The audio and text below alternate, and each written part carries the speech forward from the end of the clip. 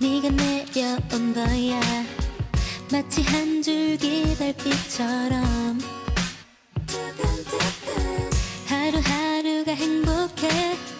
매일매일을 기대하게 돼. 널 알게 된 요즘 설레는 만큼 다가가고픈 커져가는. 자, 이번에는 이제 우리가 구로 구민의 회관에서 모인 학생과 학부모님들 들어오실 때 질문을 적으셨어요. 그래서 포스트잇을 붙여주셨는데 저희들이 대기하면서 읽어보는데도 상당한 시간이 걸렸습니다. 보통 이거 질문지 하세요 그러면 뭐 한 두 줄 적거나 한 줄 적거나 이상한 질문, 선생님 결혼하셨나요? 뭐 이런 질문하고 그러는데 굉장히 길게 정말 구체적으로 적어주셨더라고요. 이거 몇 가지 좀 선택해서 저희들이 풀어보겠는데 먼저 어떤 질문들이 있는지 우리 김경숙 선생님께서 먼저 한 3-4개 정도 좀 뽑아주시면 좋을 것 같아요. 그렇습니다.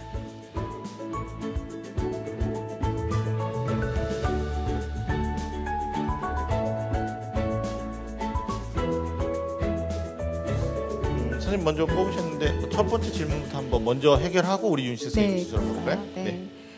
첫 번째 질문은 내신 성적은 지원 가능한 대학인데 저희 딸이 일반고라서 합격하기 힘들다고 하네요.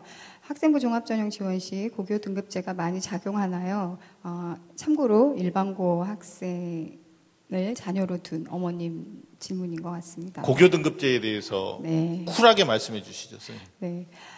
고교 등급제는 아시는 것처럼 산불 정책의 하나입니다. 다시 말해서 해서는 안 되는 해서는 안 되는 거인 거고요. 대학에서 정책을 어기면서까지 학생을 선발하지는 않는다라고 대학을 좀 신뢰하셨으면 좋겠다라고 하는 거 먼저 말씀을 좀 드리고요. 저희가 굳이 고교 등급제를 할 필요가 없는 이유는 저희가 아까 말씀드린 대로 다양한 연구들을 한다고 말씀을 드렸잖아요. 근데 실제 대학에 들어와서 아이들의 성취나 적응 정도를 봤을 때 고등학교 유형별 차이가 없었어요. 굳이 저희가 유형을 나눠가면서 학생을 차별할 필요가 없었고요. 또 하나는 특목고 학생들 또는 자사고 학생들이 다 우수한 거 아니고요. 일반고 학생들이 다 우수하지 않는 게 아닙니다. 저희가 면밀히 그 학생의 관심이라든지 학업 역량을 보면서 평가하는 것이 우리 대학의 우수한 학생을 뽑는다라고 하는 거 모든 대학의 사정관들이 다 알고 있는 내용들입니다. 그래서 이런 부분의 고민들은 이제는 안 하셨으면 좋겠어요. 학생부 종합전형 대학에서 정말 고등학교 생활 충실한 학생들을 잘 뽑는 전형이다라고 대학을 좀 신뢰하셨으면 좋겠습니다. 네. 대학은 신뢰하는데 학부모님 입장에서 한번 여쭤보면 세부능력 특기사항이나 행동특성 종합의견 이런 건 사실 학교 선생님들의 역량이 뭐 어떤 관심이나 애정이 많이 묻어나는 건데 저희들도 이제 학생부를 이렇게 그 학생들 의뢰를 통해서 읽다 보면 학교를 블라인드하고 봐도 굉장히 구체적으로 정말 진정성 있게 기술해주는 학교도 있고 아니면 내신 성적 괜찮은 학생인데 좀 뭐 성의 없다는 표현은 좀 그렇지만 이렇게 그냥 가도 될까라고 염려될 정도로 기재하는 학교들도 있거든요. 뭐 그 평가하실 때 좀 그런 것들을 학교 이름을 뭐 기담아 이렇게 눈여겨 본다거나 이러시는 않으신 거죠? 그냥 저희가 맥락평가라고 합니다. 그러니까 학생들이 주어진 고등학교의 교육과정이라든지 프로그램에서 얼마만큼 잘 참여했는가 이 부분이 이제 저희가 중요하게 보는 부분이고요. 그래서 지금 선생님이 얘기하신 것처럼 학교마다 또는 선생님마다 다소 기록의 차이는 있습니다. 그런데 여기서 꼭 짚어야 될 거는 기록에서 저희가 보고 있는 게 미사오구가 아니거든요. 저희가 기록에서 보는 거는 팩트예요. 팩트, 그러니까 사실적인 내용에 근거해서 저희가 평가를 하는 거라서 학생이 정말 한 것이 있다면 선생님들이 미사오구를 많이 쓰지 않더라도 기재를 해주실 거라고 생각을 합니다. 그래서 뭐 일부 방송에 많은 이제 논란의 거리가 되고 있는 것 중에 하나가 학생부 기록인데요. 대부분의 선생님들, 99%의 선생님들은 현장에서 학생을 관찰하면서 굉장히 기록을 세세하게 하고 있다라고 하는 또 고등학교의 측면도 신뢰를 좀 하셨으면 좋겠습니다. 네. 혹시 두 번째 질문도 뽑으셨나요? 두 번째 질문은요. 많이 혼란스러우실 것 같은 거예요. 그래서 교과 전형과 학생부 종합 전형을 굳이 구분하는 이유가 뭔가요? 결국은 성적 순으로 들어가는 거 아닌가요? 네. 교과 전형하고 학생부 종합 전형 굉장히 크게 차이가 납니다. 네. 우선은 교과 전형은 그 대학에서 반영하겠다라고 하는 교과의 석차 등급의 평균만을 반영을 합니다. 그래서 제가 아까 학생부 종합 전형을 맥락 평가다라고 간단하게 언급을 했는데 이제 그거에 대비한다면 교과 전형은 비맥락적인 평가다 이렇게 좀 말씀을 드릴 수 있습니다. 좀 어렵나요? 네, 그러니까 다시 말해서 그 학생이 무엇을 좋아하고 어떤 부분에 관심이 있었는지는 전혀 관심 없고요. 이 아이가 석차 등급이 몇 등급인가라고 하는 걸 평균을 내서 줄을 세우는 전형이 교과 전형이고요. 그거에 비해서 학생부 종합 전형은 그 교과 내신이라고 하는 부분 성취 정도도 보지만 그 학생이 그 해당하는 교과에 대한 관심도 이런 것들을 같이 봅니다. 그래서 굳이 구분을 한다라고 대학에서 구분하는 거는 교과 전형으로는 사실 성실한 학생들이 또 대학으로 해서 선발되는 것도 맞고요. 학생부 종합 전형에서는 보다 좀 더 자기가 하고자 하는 걸 주도적으로 했던 아이들이 선발되는 게 맞습니다. 그래서 좀 다양성이라는 측면에서 두 교과를 좀 구분하는 거고요. 결국 성적순으로 들어가는 건 아니고요. 교과 전형은 성적순이 맞습니다. 굉장히 시죠. 평균에 촘촘히 붙어 있는 게 교과 전형이고요. 결과를 보면. 근데 학생부 종합 전형은 교과 전형보다는 훨씬 넓은 분포의 내신 등급을 갖고 있습니다. 다시 말해서 학생부 종합 전형은 내신 등급 외에 그 학생의 학교에 대한 생활의 충실성 이런 부분을 같이 평가하기 때문에 평가에 있어서 내신 등급만으로 하는 교과 전형보다는 내신의 등급 범위가 넓다. 이렇게 이해하시면 좋을 것 같습니다. 그러니까 그 교과 전형은 모집 요강에도 보면은 그 내신 성적을 계산하는 방법이 나와 있어요. 그래서 그 방법대로 계산을 해보면 점수가 정확하게 나옵니다. 그러니까 결과적으로 교과 전형은 지원하는 학생들의 그 점수를 가지고 순서대로 선발을 하는 거니까요. 정확한 거죠. 네. 혹시 세 번째 질문도 뽑으셨나요? 세 번째는요. 방송을 보면 전공 적합성이 중요하다던데 대학에서는 학생들의 전공 적합성을 어떻게 평가하시나요? 이 질문인데요. 전공 적합성 아마 굉장히 학생도 학부모님도 고민이실 텐데요. 저희 대학에서 평가하는 전공 적합성은요. 전공 탐색 과정이다. 이렇게 이제 먼저 정리를 하면 좋겠습니다. 그래서 제가 계속 말씀드리지만 학생부 종합 전형의 선발 인원이 많아지면서부터는요. 더더군다나 내신 등급의 폭도 넓어졌고 아이들이 어떤 것들을 고등학교에서 했어요. 라고 하는 내용들도 굉장히 이렇게 넓어졌다라고 보시면 됩니다. 다시 말해서 굉장히 다양해졌다라고 보시면 되고요. 그런 측면에서 어떠한 활동이 이 전공을 굉장히 잘 나타내는 거야 라고 하는 부분은 사실 도식화할 수 있는 부분은 아니고요. 그래서 전공 적합성이라고 하는 거 전공에 대한 전문 지식도 아니고 이 전공을 3년 내내 관심 있어서 가꾸어낸 어떤 활동의 결과도 아니고요. 어떤 것이든 하고 싶은 게 있어서 그걸 탐색하는 과정에서 열심히 했다면 저희는 그 학생을 전공 적합성이 있는 다시 말해서 진로 성숙도가 높은 학생으로 평가하고 있습니다. 건국대학교 우리 김경숙 책임 입학사령관님 말씀이셨고요. 윤식 선생님도 한 시간 강사 2개 정도만 한번 픽해 볼까요? 네. 굉장히 많은 질문이 있습니다. 지금 색깔별로도 있고 학생들도 좀 질문하셨던데.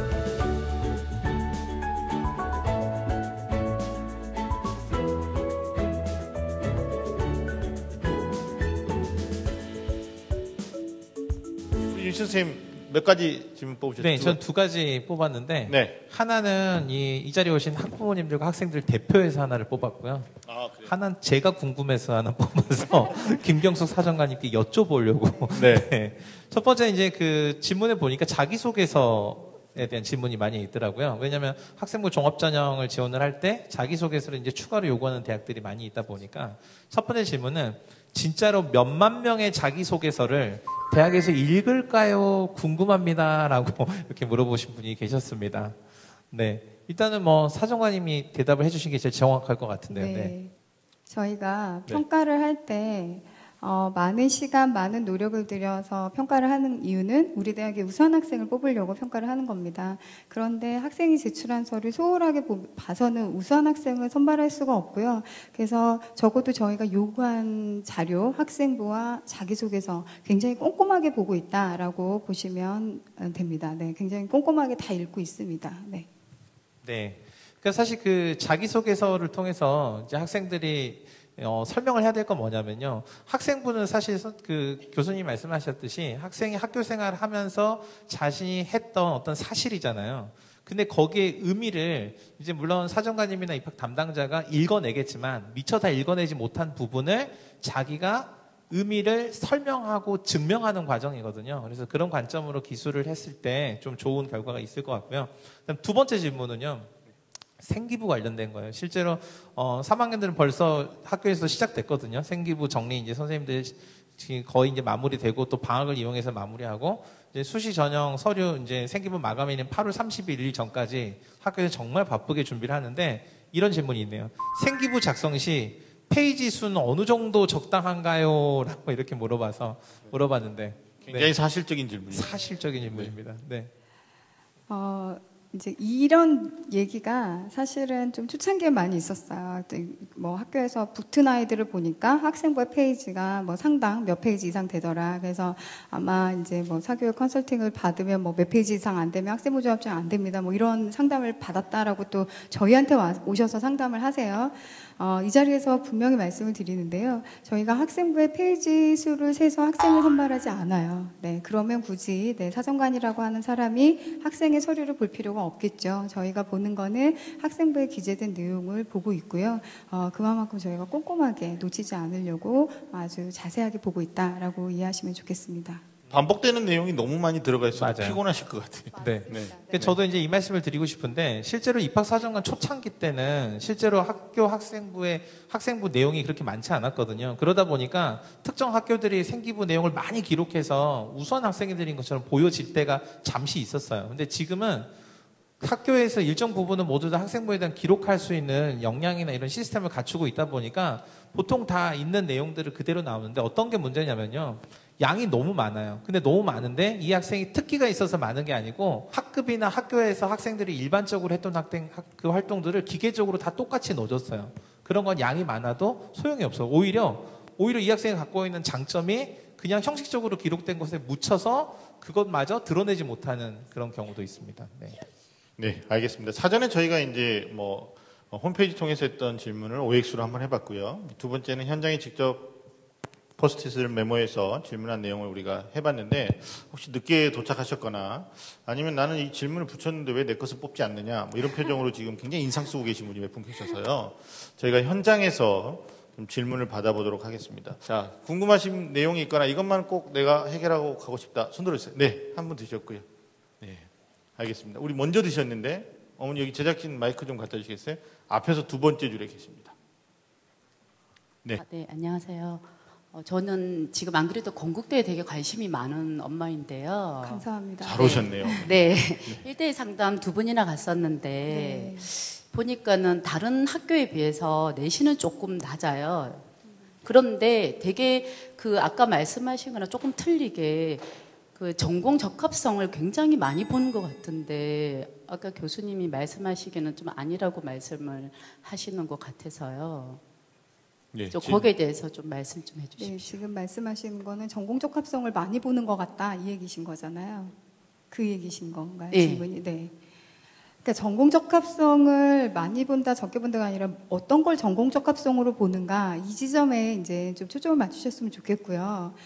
저희가 학업 역량 플러스 전공 적합성을 같이 보는데 아까 말씀드린 대로 전공 적합성 하면은 이제 전공이라고 하는 말이 들어가다 보니까 전공과 관련된 전문 지식으로 알고 있습니다. 전문 지식은 대학에 와서 쌓아야 될 일인 거고요. 지금 현재 고등학교를 다니면서 학생들이 해야 되는 건 대학에 들어가기 위한 기초 수학 능력을 키우는 겁니다. 그래서 그런 차원에서 저희가 이 아이가 관심 있는 내용에서 어떠한 노력을 했는가 이제 아까 말씀드린 진로 탐색 과정을 저희가 전공 적합성이라고 봅니다. 그래서 본인이 하고자 하는 게 반드시 있어야 돼요. 그래서 어머님들이 이제 과거를 생각하시고 야 학원 가면 되고 공부만 하면 되고 문제만 그냥 풀면 돼 이렇게 이제 지도를 하시면 아이가 이제 어떤 관심이라고 하는 부분을 찾을 수가 없거든요. 그래서 학교 생활 충실히 하면서 본인이 관심 있는 거 지금 현재 하고 싶은 것만 있으면 되거든요. 뭐 지리 막 전공과 관련해서 전문 서적을 읽어야 되고 이런 차원으로 대학에서 요구하는 게 아닙니다. 그래서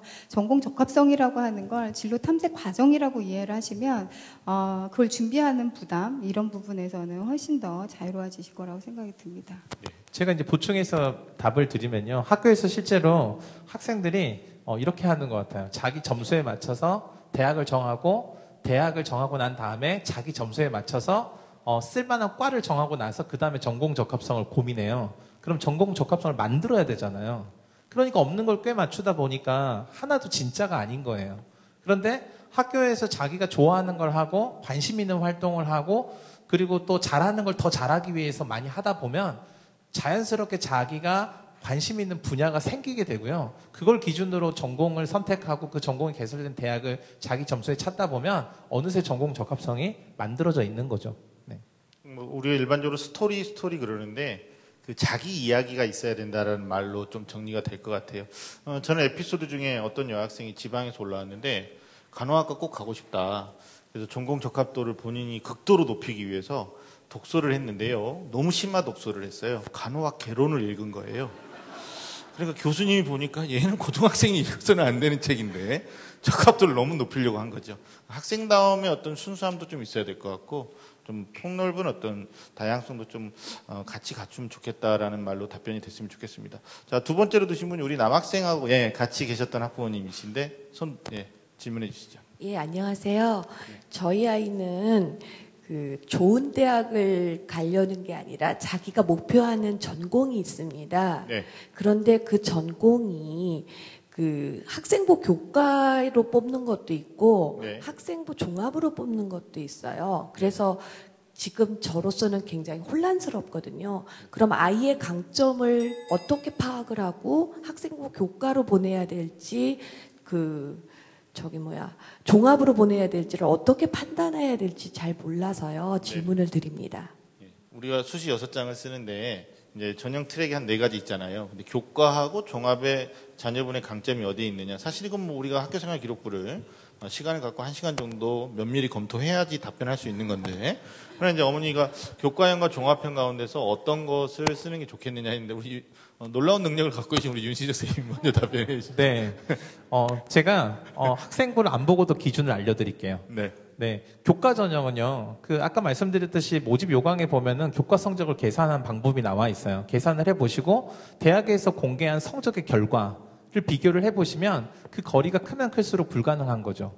그 다음에 학생부 종합 전형은요, 자기소개서가 제출을 요구하는 대학이 있고 없고 하는데, 자기소개서가 보면 대교협에서 공통으로 사용하는 1, 2, 3번 문항이 사실은 1번 문항은 교과 영역에서 본인이 배우고 느낀 점이 뭔지를 구체적으로 쓰게 하는 거고요.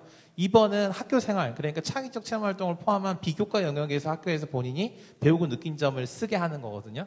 3번은 뭐냐면은 본인의 삶이나 학교 생활, 특히 학교 생활에서 본인의 어떤 위기를 극복하거나 인성 사회성 발달과 관련된 그런 문항이에요. 1, 2, 3번 문항이 그의 고등학교 생활 전반에 대해서 본인은 의미 있고 배운 무엇인가가 있었는가를 물어보는 문항인데, 자기소개서 문항을 딱 놓고 내가 10장에 넘어가는 학생들을 놓고도 내가 자기소개서의 문항에 쓸 게 없다. 그럼 종합전형을 쓸 수 없어요. 왜냐하면 자기 스스로도 장점을 찾아내지 못하는데 입학사정관이 됐든 누가 됐든 그 학생의 장점을 찾아서 입학시킬 가능성은 없습니다. 명확한 답을 주셨고요. 참고로 말씀드리면 이제 대학마다 좀 컨디션이 다르긴 한데 전형간의 복수 지원이 가능한 대학도 또 많습니다. 그래서 내가 이 대학의 2장의 카드를 6장 가운데 과감하게 쓰겠다. 그러면 교과형도 쓰실 수 있고요. 종합형도 쓸 수 있는 거니까 그 부분에 대해서는 어머니가 고민이 좀 해결되셨기를 바라겠습니다. 여러분이 손 드셨는데 아까 3번째로 손 드신 분이 있었거든요. 저기 뒤에 계시는데 아까 손 들었던 분 가운데 한 분 더 질문 받겠습니다. 네, 저기 지금 손 드신. 어느 대학에서요 한 과를 선택할 경우 상위권 아이들이 학교장 추천을 받잖아요. 네. 그런 경우 본인이 생각했을 때 나는 내신에 있어서 학교장 추천보다는 그냥 일반 전형으로 해서 갔으면 좋겠다고 하는 생각이 있거든요. 그런 경우 이제 선택하시는 입장에서 학교장 추천을 받는 아이와 그냥 일반 전형으로 받는 아이가 똑같은 등급일 경우 어떤 아이를 선택하실지 굉장히 궁금해요.